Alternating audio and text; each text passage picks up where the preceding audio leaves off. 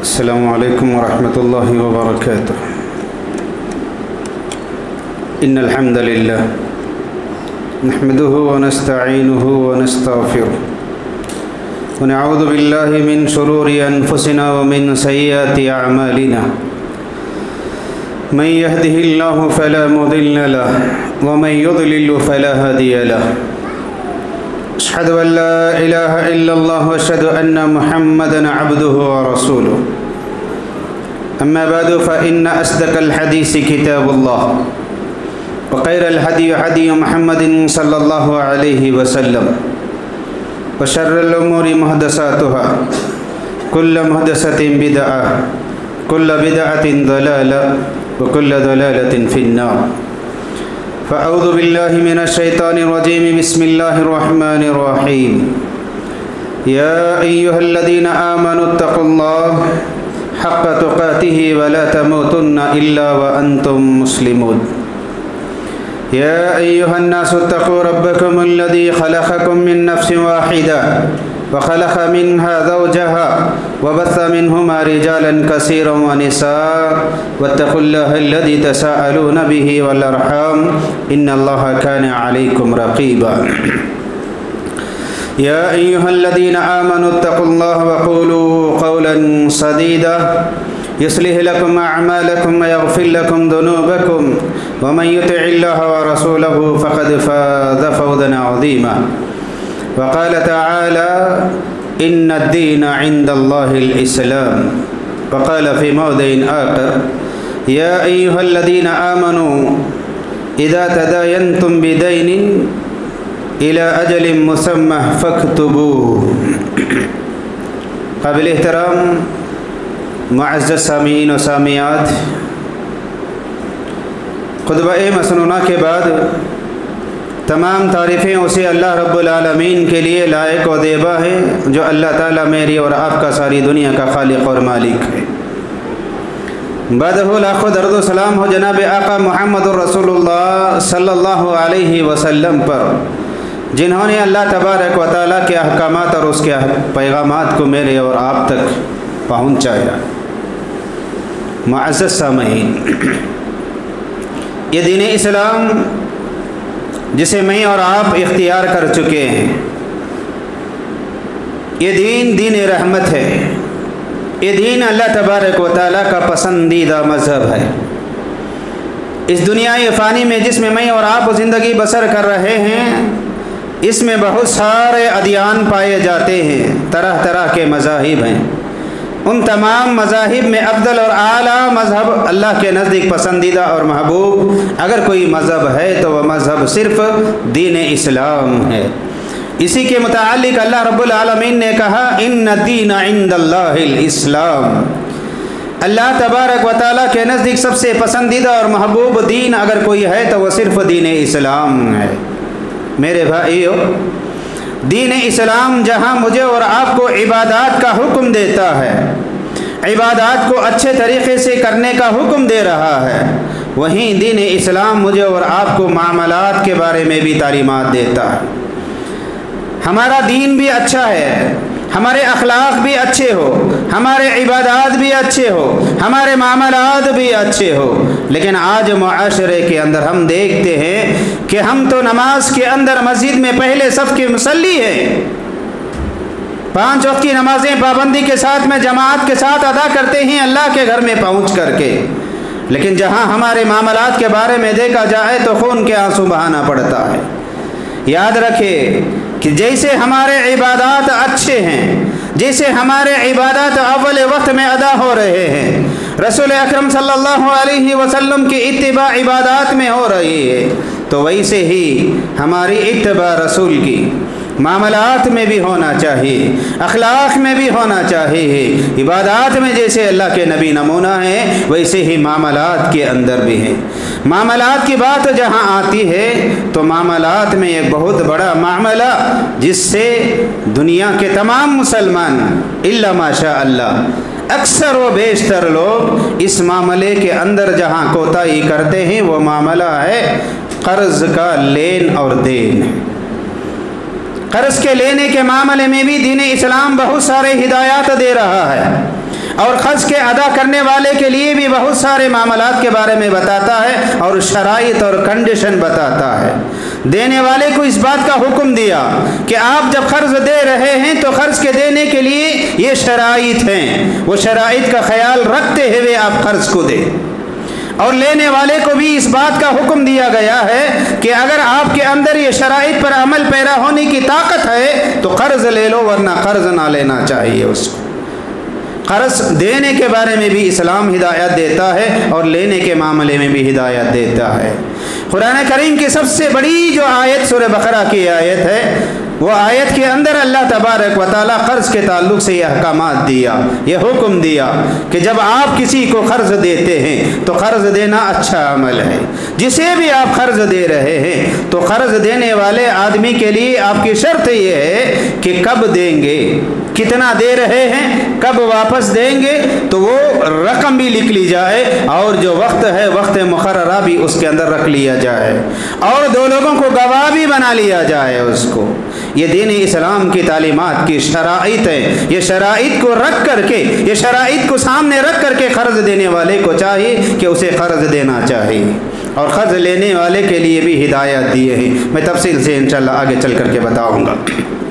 سب سے پہلے جس دین کو ہم نے اللہ کے جانب سے تسلیم کیا ہے وہ دین رحمت ہے، اور وہ دین خیر خواہی کا دین ہے۔ ہر معاملے میں ایک انسان دوسرے انسان کا خیر خواہ بن کر کے رہنا چاہیے، ایک انسان دوسرے انسان کی مددگار بن کر کے رہنا چاہیے۔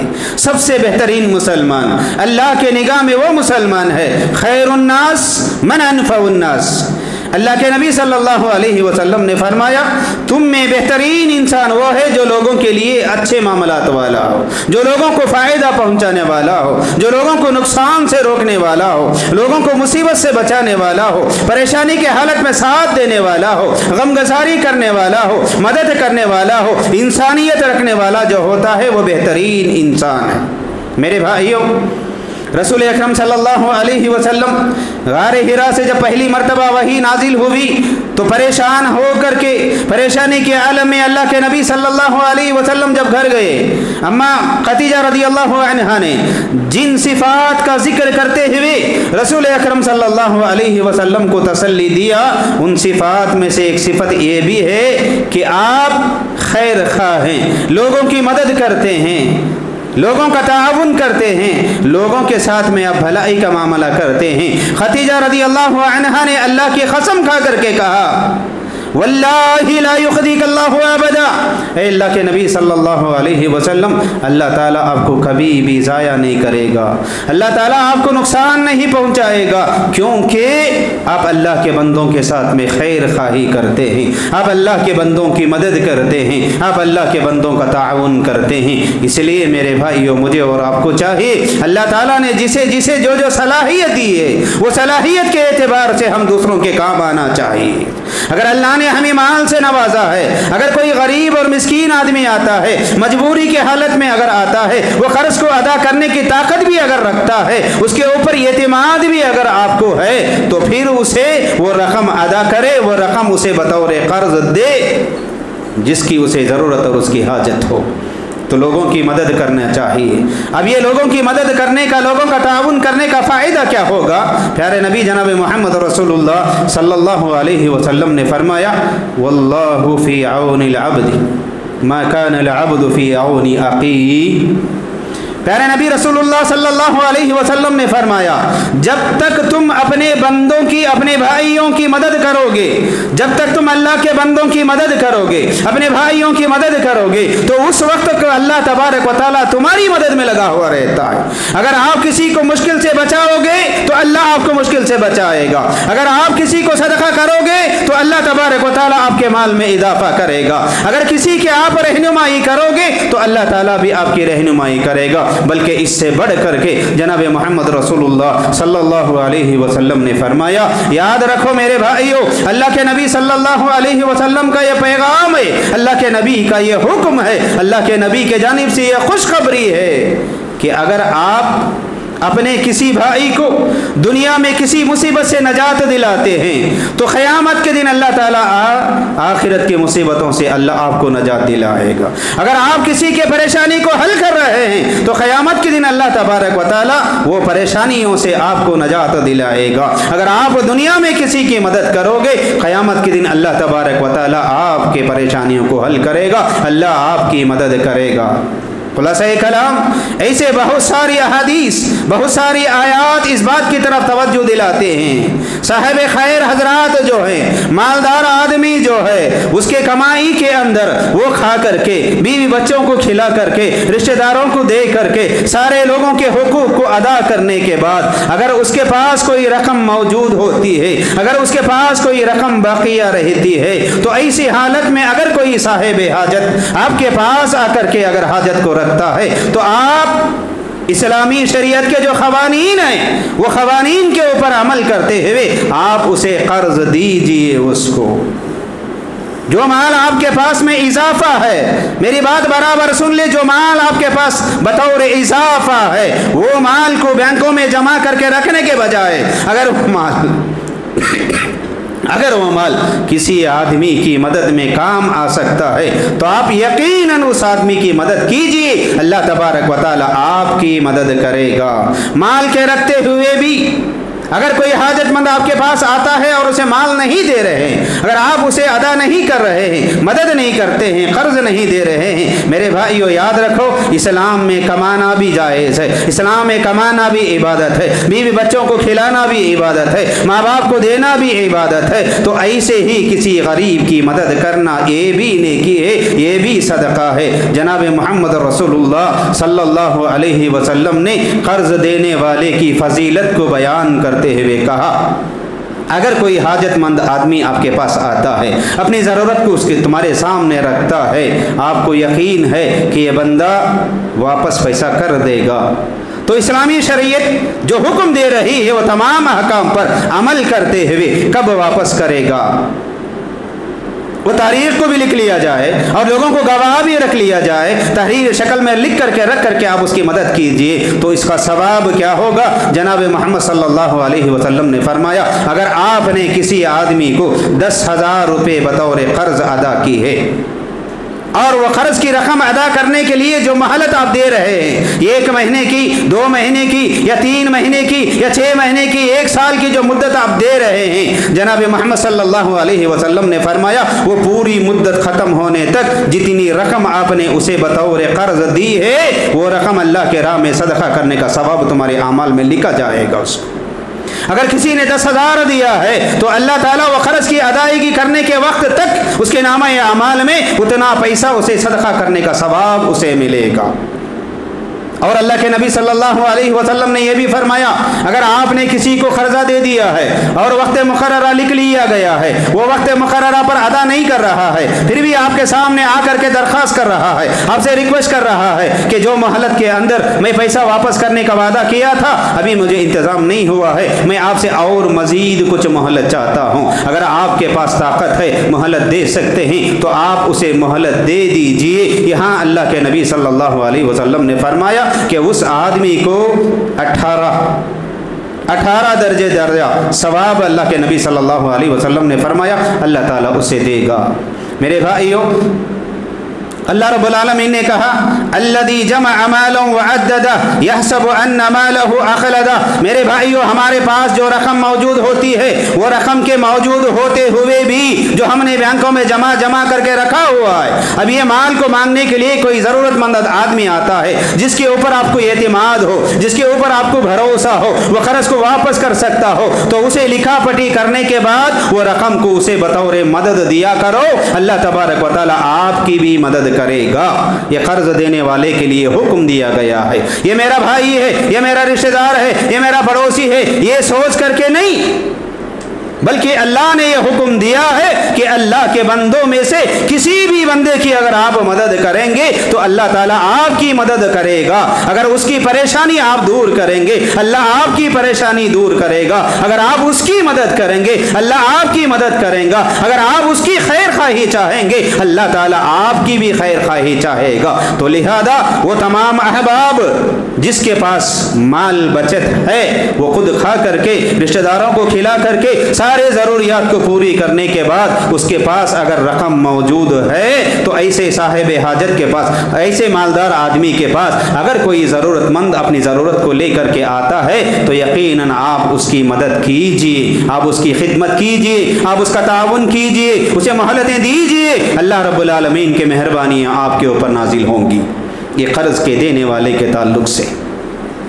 अब कर्ज देने वाला, कुछ अल्लाह के बंदे होते हैं, नेक इरादे से रहते हैं, वो मदद करना भी चाहते हैं, वो पैसा देना भी चाहते हैं, कर्ज देना भी चाहते हैं, मुसीबत से बचाना भी चाहते हैं, लेकिन दुनिया के अंदर, हमारे माहौल के अंदर कुछ लोगों ने कर्ज ले करके कर्ज देने वाले के साथ में इतना जुल्म किया है, इतना ज़्यादा जुल्म किया है, उसकी वजह से वो किसी भी आदमी को कर्ज देने से डर रहा है। उसको डर रहा होता है कि कहीं फला आदमी के साथ में जो मामला हो गया वैसा मामला मेरे साथ में हो ना जाए। पैसा बेकार घर में है तो रह ना जाए, रह जाने दीजिए उसको। वो मदद करना भी नहीं चाहता है, खिदमत करना भी नहीं चाहता है। क्यों? क्योंकि कुछ लोगों ने ये काम को अंजाम दिया है, कर्ज को तो ले लिया है लेकिन फिर उसे अदा करने की ताकत नहीं, उसे अदा करने का इरादा ही नहीं है उसको। याद रखो मेरे भाइयों, कर्ज के लेने के ताल्लुक से भी अल्लाह के नबी रसूलुल्लाह सल्लल्लाहु अलैहि वसल्लम ने उसकी इजाज़त भी दी है। अल्लाह रब्बुल आलमीन ने उसकी इजाज़त दी है। अल्लाह के नबी सल्लल्लाहु अलैहि वसल्लम देने को जायज़ करार दिया, लेने को भी जायज़ करार दिया है। लेकिन मेरे भाइयों, कर्ज लेने के आदी ना बन जाओ।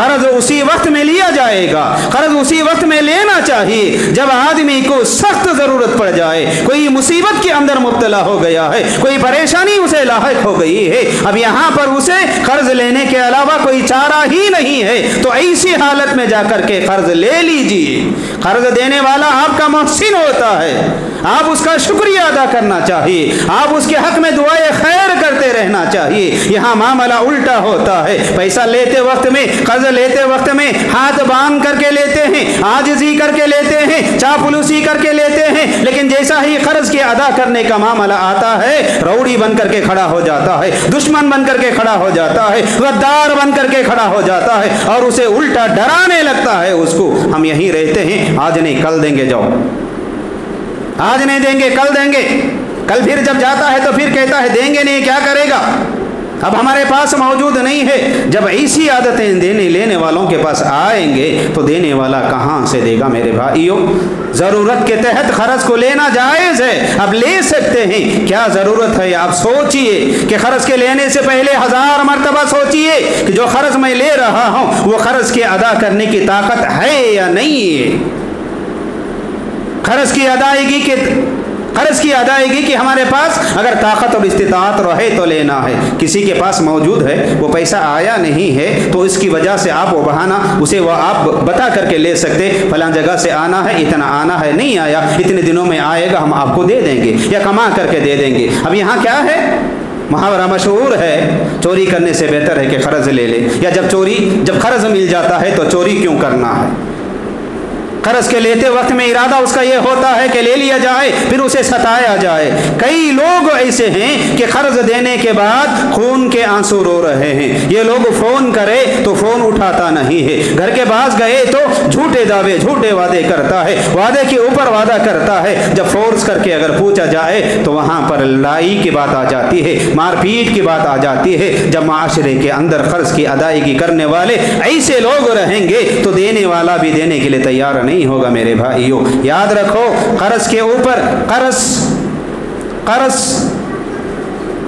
रिश्तेदारों को काट देती है, कर्ज रिश्ते को काट देता है, भाई भाई का दुश्मन बन जाता है, पड़ोसी पड़ोसी का दुश्मन बन जाता है, तो फिर गैर के जो लोग होंगे वो कैसे रह जाएंगे। मेरे भाइयों, कर्ज की वजह से ताल्लुकात टूट जाते हैं। कर्ज ले लो, लेकिन कर्ज को अदा करने के लिए जो वादा आपने किया है वो वादे के बराबर जाकर के कर्ज को अदा करो।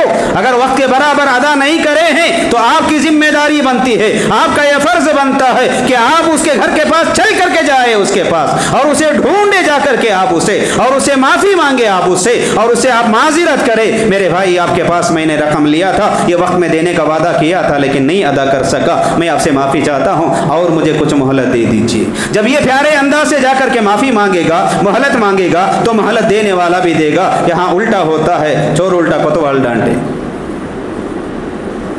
लेने वाला लेते वक्त में आजिज़ी के साथ में लेकर के जाता है, फिर कर्ज की वसूल करने के लिए बेचारा जो कर्ज दिया हुआ होता है वो भिखारी बन करके मांगते हुए फिरता है, लेकिन फिर भी उसकी रकम अदा नहीं होती है। ऐसे लोग माहौल के अंदर पैदा होने की वजह से ही कर्ज देने वाले लोग भी कर्ज देने का इरादा नहीं करते हैं। मेरे भाइयों, याद रखो, जनाब मोहम्मद सल्लल्लाहु अलैहि वसल्लम ने फरमाया, अगर किसी आदमी ने कर्ज को ले लिया और वो कर्ज की अदायगी नहीं किया और इसी हाल में उसकी वफात हो गई तो उसकी जान अल्लाह के पास लटकी हुई होगी, उसकी मग़फ़िरत नहीं होगी जब तक कि उसके कर्ज को अदा ना कर दिया जाए उसको।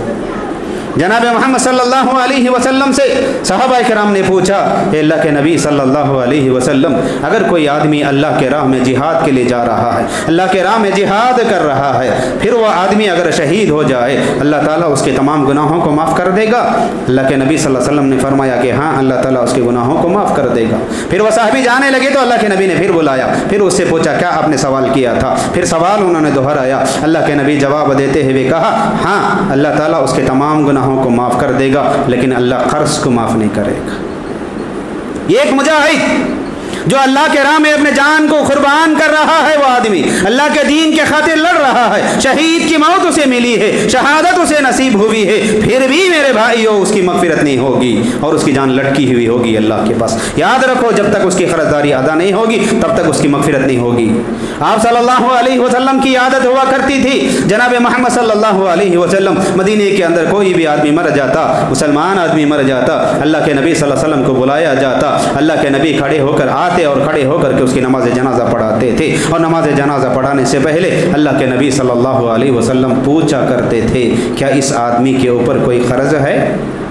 अगर बताया जाता कि हाँ इसके पास कर्ज है, ये बंदा कर्ज फलां के पास लिया है लेकिन अदा नहीं किया है, आप सल्लल्लाहु अलैहि वसल्लम उसकी नमाज जनाजा नहीं पढ़ाते थे, साहबा से कहते थे कि आप लोग पढ़ लो, मैं चले जाता हूँ। उसके बाद कोई आदमी उस मजलिस में से उठ करके खड़े होता और कहता, अल्लाह के नबी उसके कर्ज की अदायगी की जिम्मेदारी मैं लेता हूँ, तो फिर आप सल्लल्लाहु अलैहि वसल्लम उसकी नमाज जनाजा पढ़ाया करते थे। मेरे भाइयों, कर्ज लेने के लिए हमेशा याद रखो, जैसा कि मैंने कहा, कोई सख्त ज़रूरत अगर पड़ जाए तो उसी हालत में कर्ज लेना है, और कर्ज लेने वाले को सोचना चाहिए उसकी अदायगी की शक्लें अगर है तो कर्ज ले ले, वरना वो कर्ज ना ले ले उसको।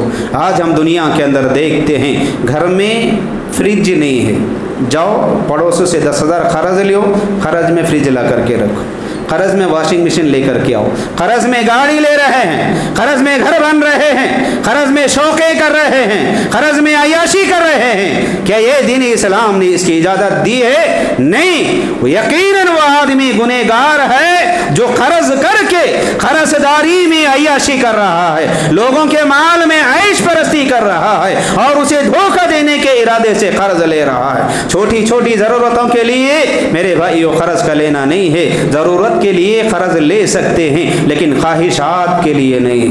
कितने लोग आज दुनिया के अंदर मौजूद हैं, इंस्टॉलमेंट में बाइक ले रहे हैं, गाड़ियां ले रहे हैं, माल ले रहे हैं, और घरों की औरतें घर की चीजें ले रहे हैं, घर के साजो सामान ले रहे हैं, कहीं बीरवा ले रहे हैं और कहीं पलंग ले रहे हैं, कहीं बच्चों के जहेज का सामान जमा करके रख रहे हैं। ये सारी के सारी चीजें कर्ज में ले रहे हैं। एक तो कर्ज का गुनाह है और दूसरा रिश्वत का गुनाह है और तीसरा उसमें आकर के इंटरेस्ट उसके अंदर शामिल हो रहा है।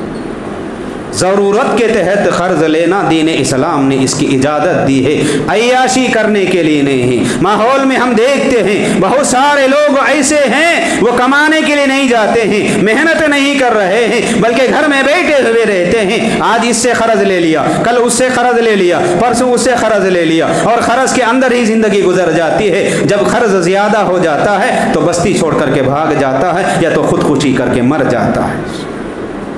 میرے بھائیو یاد رکھو، دین اسلام ہر حال میں ہماری رہنمائی کر رہا ہے، ویسے ہی قرض کے بارے میں بھی رہنمائی کر رہا ہے۔ قرض کے معاملے میں اللہ سے ڈرو، قرض کے معاملے میں اللہ سے ڈرو، اور اگر ایسے ہی کسی آدمی کے بارے میں معلوم ہو جائے وہ شرابی آدمی ہے، وہ جھوٹا آدمی ہے، وہ اسراف کر رہا ہے، غلط کاموں میں مال کو لگا رہا ہے، ایسے آدمی کو ضرورت کے لیے آ کر کے پوچھتا ہے تو بھی اس کی دینے کی اجازت اسلام کے اندر نہیں ہے اس کو۔ تو بہرحال خلاصہ کلام یہ ہے کہ ہمارے معاملات میں بھی دین بہت سارے احکامات بتاتا ہے۔ سب سے پہلے یہ، اگر کوئی آدمی مالدار ہے، اس کے پاس مال اور دولت ہے، کھا پی کر کے بچت ہے، تو کوئی خیر آدمی، کوئی ضرورت مند آدمی آ کر کے مانگتا ہے تو اسے دیو، یہ سوچ کر کے دیو کہ اللہ تعالیٰ اس کی مدد کرے گا، اور دیتے وقت میں جو شرائط جو کنڈیشن ہیں لکھنے پڑھنے کے، وہ شرائط کے برابر اسے لکھ لیا جائے، 2 گواہ بھی رکھ لیا جائے، کب دے گا وہ رقم کتنی رقم ہے وہ بھی لکھ لیا جائے، کب دے گا وہ بھی لکھ لیا جائے، 2 گواہوں کو بھی برابر اگر رکھ لیا جائے۔ پھر بھی وہ آدمی دینے کا ارادہ رکھتا تھا لیکن پھر بھی اس کے حالات ساتھ نہیں دیے ہیں، ایسا آدمی اگر آ کر کے مہلت مانگتا ہے تو مہلت دے دو اس کو۔ تو ضرورت کے تحت لینا چاہیے اور لینا جائز بھی ہے۔ غیر ضروری وقت میں چھوٹی چھوٹی چیزوں میں عیاشی کرنے کے لیے، عیش پرستی کرنے کے لیے، عید میں کپڑا لینے کے لیے خرچ، قربانی کرنے کے لیے خرچ، دوسرے کاموں کے لیے قرض لوگوں کے لیے عادی بن گئے، لوگوں کی عادت سی بن گئی ہے اس کو۔ یاد رکھو، جب کوئی آدمی کسی آدمی کے پاس جا کر کے قرض لے رہا ہے تو وہ اپنی عزت کو اس کے سامنے گروی رکھ رہا ہے۔ میرے بھائیو، اگر کوئی آدمی آپ کے پاس، میں عاجزانہ آپ سے درخواست کرتا ہوں، عاجزانہ میری اپیل ہے آپ لوگوں سے، اگر کوئی آدمی قرض لینے کے لیے آپ کے پاس آ رہا ہے، وہ اپنی شرم کو چھوڑ کر کے، عزت نفس کو چھوڑ کر کے آپ کے پاس قرض مانگنے کے لیے آتا ہے، اگر آپ کے پاس ہو، بھروسہ ہے آپ کو ادا کر دے گا تو اسے قرض دے دو، اللہ تعالیٰ آپ کو اجر دے گا۔ اگر نہیں دینا ہے تو نہیں ہے بول کر کے بھیج دو، اسے ذلیل نہ کرو، اسے رسوا نہ کرو، اسے بدنام نہ کرو اس کو۔ تو دین اسلام نے لینے والے کو بھی شرائط دیے ہیں اور دینے والے کے لیے بھی شرائط کیے ہیں۔ اب اگر کوئی آدمی دین اسلام میں یہ بھی ادب بتایا، یہ بھی طریقہ بتایا، یہ بھی حل بتایا، اگر کوئی آدمی مصیبت زدہ ہے، قرض میں ڈوبا ہوا ہے، اس کا قرض ادا نہیں ہو رہا ہے، اللہ تعالیٰ اللہ کی برکتیں نازل نہیں ہو رہے ہیں، ایسے انسانوں کے لیے جناب محمد صلی اللہ علیہ وسلم نے علاج بھی بتایا ہے۔ علی رضی اللہ عنہ کہتے ہیں وہ علاج کیا ہے؟ اللہ کے نبی نے ایک دعا سکھائی ہے، ہر قرض دار کو چاہیے کہ یہ دعا لکھ کر کے یاد رکھ لے اور صبح و شام عبادات کے بعد محنت بھی کرے، کمائے بھی، اس کے بعد اللہ سے مدد بھی مانگے، ہر نماز کے بعد یا روزانہ کم سے کم فجر میں ایک مرتبہ یہ دعا کو پڑھ لے، اللہ تعالیٰ ضرور اس کے قرض کی ادائیگی کا انتظام کرے گا۔ علی رضی اللہ عنہ کہتے ہیں میں اللہ کے نبی صلی اللہ علیہ وسلم کے پاس گیا، جا کر کے اللہ کے نبی سے میں نے درخواست کیا، اے اللہ کے نبی صلی اللہ علیہ وسلم، میرے اوپر قرض کا دباؤ بہت زیادہ ہو گیا ہے، اتنا قرض ہو گیا ہے، میں اتنا مقروض ہو گیا ہوں کہ اسے ادا کرنے کے بارے میں سوچ رہا ہوں، محنتیں کر رہا ہوں، کوششیں کر رہا ہوں، پھر بھی وہ ادا نہیں ہو پا رہا ہے۔ میرے بھائیو، اللہ کے نبی صلی اللہ علیہ وسلم نے علی رضی اللہ عنہ سے کہا کیا میں آپ کو ایک دعا سکھاؤں؟ کیا میں آپ کو چند کلمے سکھاؤں؟ اگر آپ اسے یاد کر کے اسے پڑھتے رہو گے، اس کے ذریعے سے اللہ کی مدد مانگو گے، اگر تمہارا قرض پہاڑ کے برابر بھی ہوگا تو اللہ تعالیٰ ضرور اس کی ادائیگی کی صورتیں پیدا کرے گا۔ قرض لیتے وقت میں ہی یہ سوچے، ادا کرنے کے ارادے سے قرض لے لو، اللہ آپ کی مدد کرے گا، اللہ قرض کی ادائیگی کے راستے نکالے گا۔ پہلے سے ہی دھوکے کا ارادہ اگر ہے تو پھر وہ بڑھتا ہی چلے جائے گا۔ تو اللہ کے نبی صلی اللہ علیہ وسلم نے علی رضی اللہ عنہ کی یہ دعا سکھائی، یہ دعا تم روزانہ پڑھتے رہو۔ وہ دعا ہے اللہم اکفنی بحلالک وعن حرامک واغننی بفضلک عمن سواک۔ اللہم اکفنی بحلالک عن حرامک، اے اللہ تو مجھے حرام مال سے بچا کر کے حلال مجھے عطا کر، वअगनिनी बिफज़लिका अम्मन सिवाक, ऐ अल्लाह मेरी खर्च की अदायगी के लिए तो रास्ते पैदा फरमा, तो गाइबाना मदद करने वाला है, तेरी मदद का मैं मोहताज हूँ। ऐ अल्लाह मैं मुसीबत में फंस चुका हूँ, मुझे मुसीबत से तू नजात दिला। जो भी बंदा ये दुआ इखलास के साथ में पढ़ेगा और उसकी अदायगी के लिए कोशिशें भी करेगा और साथ साथ में दुआएं भी अल्लाह से करेगा, तो यकीनन अल्लाह के नबी सल्लल्लाहु अलैहि वसल्लम ने फरमाया अल्लाह ताला उसकी खर्च की अदायगी के लिए रास्ते निकाल रहा, रास्ते निकालेगा। ये दुआ याद रख ले, ये दुआ पढ़ ले और हमेशा ये दुआ को पढ़ते रहे, कोशिश भी करे फिर दुआ भी पढ़े। कहीं ऐसा ना हो जाए समझने वाले उल्टा ना समझ जाए उसको। हजरत जुमा के खुतबे में बताए घर में बैठ करके दुआ पढ़ते रहे तो खर्च अदा हो जाएगा, सोते रहे तो खर्च अदा नहीं होगा। मेहनत भी करना है, मजदूरी भी करना है, कमाना भी है, खाने पीने में बचत भी करना है। 3 वक्त खाते ही तो 2 वक्त खाओ, 1 वक्त में बचत करो, मेहनत करो उससे। कहीं ऐसा उल्टा ना समझ जाए घर में कोने में बैठ करके दुआ पढ़ते रहे, खर्च अदा नहीं हुआ, बाद में आकर के मुझे पूछना नहीं क्या हजरत तुम्हें जुमा के खुतबे में जो दुआ सिखाए, दुआ पढ़े, हमें खर्च अदा नहीं हुआ है बोलकर। ये बेवकूफ़ी और नादानी है उसके अंदर। मेहनत भी करो और अल्लाह से दुआएं भी करो। ऐ अल्लाह मैं मेहनत कर रहा हूँ, मेरी मेहनत में बरकत दे। ऐ अल्लाह मेरी तिजारत में बरकत दे। ऐ अल्लाह मेरे माल में तो इजाफा कर दे। अल्लाह से दुआएं भी करे तो यकीनन अल्लाह ताला अदा करेगा। तो ऐसे ही एक और दुआ है, अबू उमामा अल-बाहिली रज़ियल्लाहु अन्हु, अल्लाह के नबी सल्लल्लाहु अलैहि वसल्लम एक मरतबा मस्जिद नबवी में गए, जाकर के देखा तो वहाँ पर अबू उमामा अल-बाहिली रज़ियल्लाहु अन्हु, वो अबू उमामा बैठे हुए हैं, नमाज का वक्त भी नहीं है, बैठे हुए हैं, परेशान हैं, गमज़दा हालत में हैं, बेखरारी के हालत में बैठे हुए हैं। अल्लाह के नबी सल्लल्लाहु अलैहि वसल्लम वहाँ पर पहुँचे और पूछा अबू उमामा क्या बात है, नमाज का भी वक्त नहीं है, अभी अज़ान भी नहीं हुई है, आप बहुत पहले मस्जिद को आ गए हैं और तन्हा बैठ करके हैं, आपकी सूरत उतरी हुई है, आप गमज़दा नज़र आ रहे हैं, परेशान नज़र आ रहे हैं, क्या बात है? तो अबू उमामा रज़ियल्लाहु अन्हु ने अल्लाह के नबी सल्लल्लाहु अलैहि वसल्लम से फरमाया, अल्लाह के नबी सल्लल्लाहु अलैहि वसल्लम मेरे ऊपर क़र्ज़ बहुत ज़्यादा हो गया, क़र्ज़ की वजह से मैं बहुत सारी कोशिशें करता हूँ, मेहनतें कर रहा हूँ, फिर भी मेरा क़र्ज़ अदा नहीं हो रहा है। ये क़र्ज़ की अदायगी का टेंशन मेरे दिमाग के अंदर है, इसलिए मुझे बेक़रारी है, बेचैनी है, मुझे परेशानी है। अब इसके हल के लिए, इसकी अदायगी के लिए मैं क्या करूँ?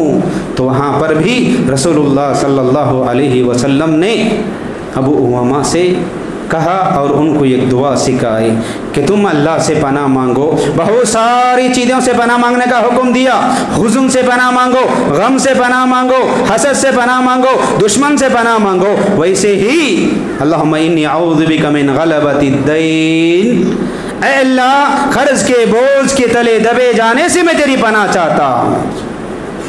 तो ये 2 दुआएं हैं जो रसूलुल्लाह सल्लल्लाहु अलैहि वसल्लम ने क़र्ज़ की अदायगी के हल के लिए बताया है मेरे भाइयों। इसलिए क़र्ज़ लेने वाला अल्लाह से डरे, क़र्ज़ लेने वाला अल्लाह से डरे। अगर क़र्ज़ लेने वाला वक्त पर अदा कर देगा तो आज भी दुनिया में देने वाले, मदद करने वाले अल्लाह के बंदे मौजूद हैं। कोई 1-2 आदमी इस तरह करने की वजह से मजबूर आदमी की भी मदद करने वाला मदद नहीं करता है, इसलिए कि वह डर रहा होता है। इसलिए तो क़र्ज़ लेने वाला अदायगी के इरादे से ले ले, ख्वाहिशात को पूरी करने के लिए, ऐश और आराम के लिए आकर के वो पैसे कर्ज लेने के लिए ना जाए। वक्त ज़रूरत अगर सख्त पड़ जाए तो उसे लेने की कोशिश करे, वरना नहीं है उसको। बस अल्लाह रब्बुल आलमीन से दुआ है अल्लाह ताला मुझे और आपको इस्लामी तालीमात के ऊपर मुकम्मल अमल पैरा होने और एक एक सुन्नत को जो रसूलुल्लाह सल्लल्लाहु अलैहि वसल्लम की है उसे जान कर अमल करने की और इस्लाम के तालीमात पर मुकम्मल अमल पैरा होने की, इस्लाम में मुकम्मल दाखिल होने की अल्लाह ताला हम सबको तौफीक अता फरमाए। अल्लाह ताला हम में से जो जो भी आदमी